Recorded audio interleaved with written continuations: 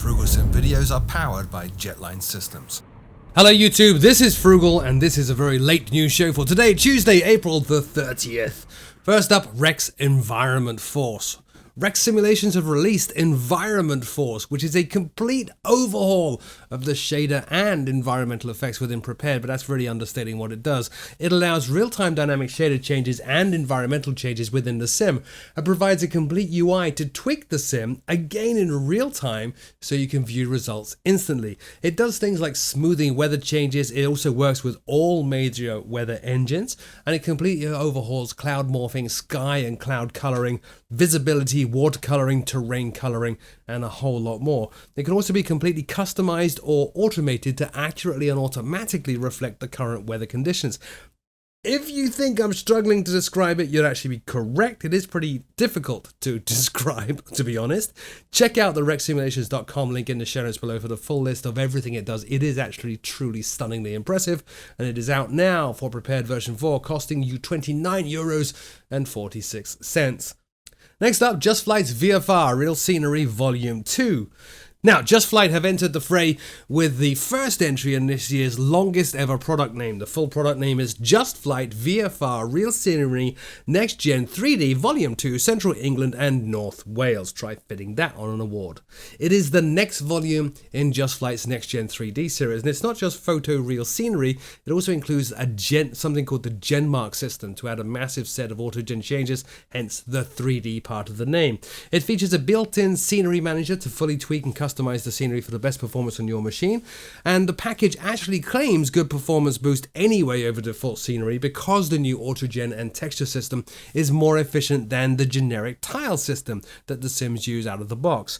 It features scenery at 1.2 meter per pixel in most areas, down to 60 centimeters per pixel around specific points of interest and airports. It also works with all versions of Prepared as well as all versions of FSX, and it will cost you $37.99. For more information, check out the justflight.com link in the show notes below.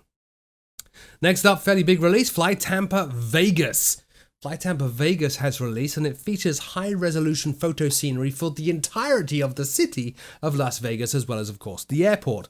It also includes custom buildings and animations throughout the entire scenery set, sewed animated jetways on the airport, PBR materials and dynamic lighting everywhere, and I'm actually hearing some pretty amazing things about this, in particular the stunning level of detail given to the city of Las Vegas itself. The price is $32, and FlyTampa's Las Vegas is available for Prepared version 4 only right now. Check out the flytampa.org link in the show notes below.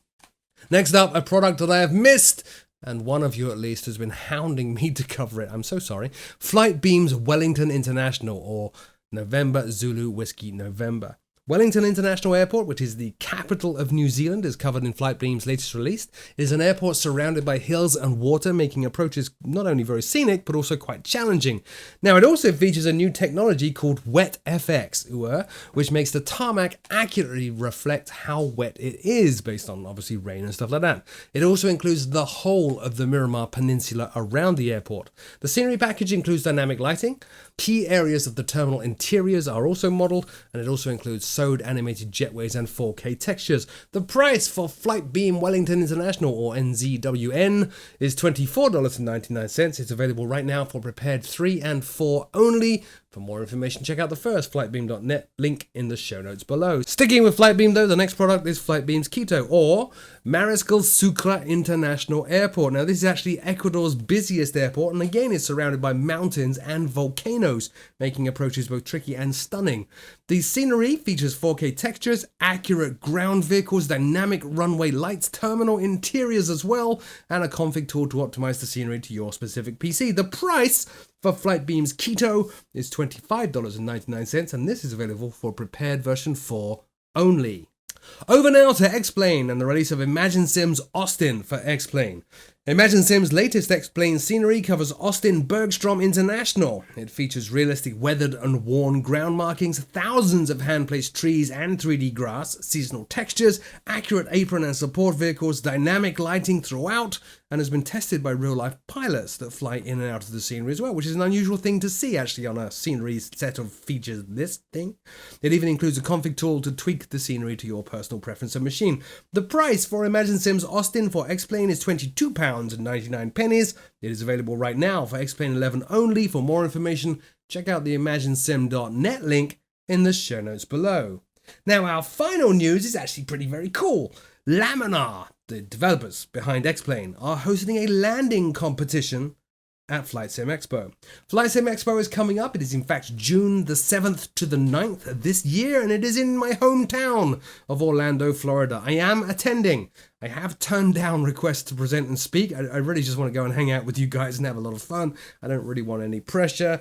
But one thing I have agreed to do is help Laminar judge a landing competition on the Sunday. Laminar are tasking you attendee peoples with pulling off the best landing you can in a 737-800 at Juneau, Alaska on runway 8. Now it's tricky because it features an offset localizer and the final part of the approach has to be flown manually and visually. Tryouts are going to take place at the show on the Saturday, with the actual landing competition taking place on the Sunday at 9:30 in the morning. And I'm one of the judges. Another one of the judges is an actual airliner pilot. If you check out the xplane.com link in the show notes below, you will find more information as well as a scenario that you can download and install into X-Plane to practice ahead of the show. It is actually quite tricky. That webpage also lists the criteria for what constitutes a good landing.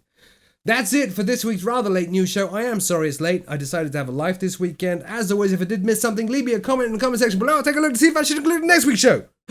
Until then, though, thanks so much for taking some time out of your day to watch this. I'll see you in just a couple of days' time. My name is Frugal. See you soon.